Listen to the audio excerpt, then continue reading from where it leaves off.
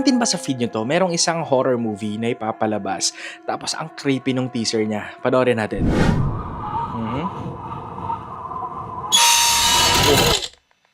OA naman, may gano'n agad. Long legs. Fato, Fato. Long, long ago, H.O. deep in the woods, there lived an alcoholic, Hokum. a witch. Witch. Si Adam Stock pala to. Hokum.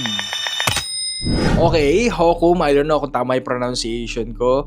Pero yun nga, psychological horror film to. And based sa trailer may pagka-folk horror to siguro, mga ancient beliefs, so may mga ritual. Actually, it reminds me of The Ritual. And yun nga, no, sa weapons, di ba, alam naman natin na witch yun nandun. Dito nga sa Hokum, witch din yung sinasabi nila eh. And also yung Marianne na series, no, kasi for context yung synopsis nito, same sila eh, merong isang horror writer. Tapos napunta siya rito sa isang Irish inn para scatter yung mga abo ng mga magulang niya. Tapos may mga kwento-kwento dito na yung lugar daw na yon ay pinamamahayan ng isang witch. Tapos yung mga tumitira doon sa kwarto niya, sa pag-i-stayan niya, ay parang nakokorap yung utak, parang magiging under siya doon sa witch spell. So yun lang, ako lang ba yung medyo may hilig sa mga ganitong subgenre ng horror, no? Yung folk, yung ritual, yung mga supernatural. If ever kayo mga kamag-anak kung maging available na to, panonoorin mo ba?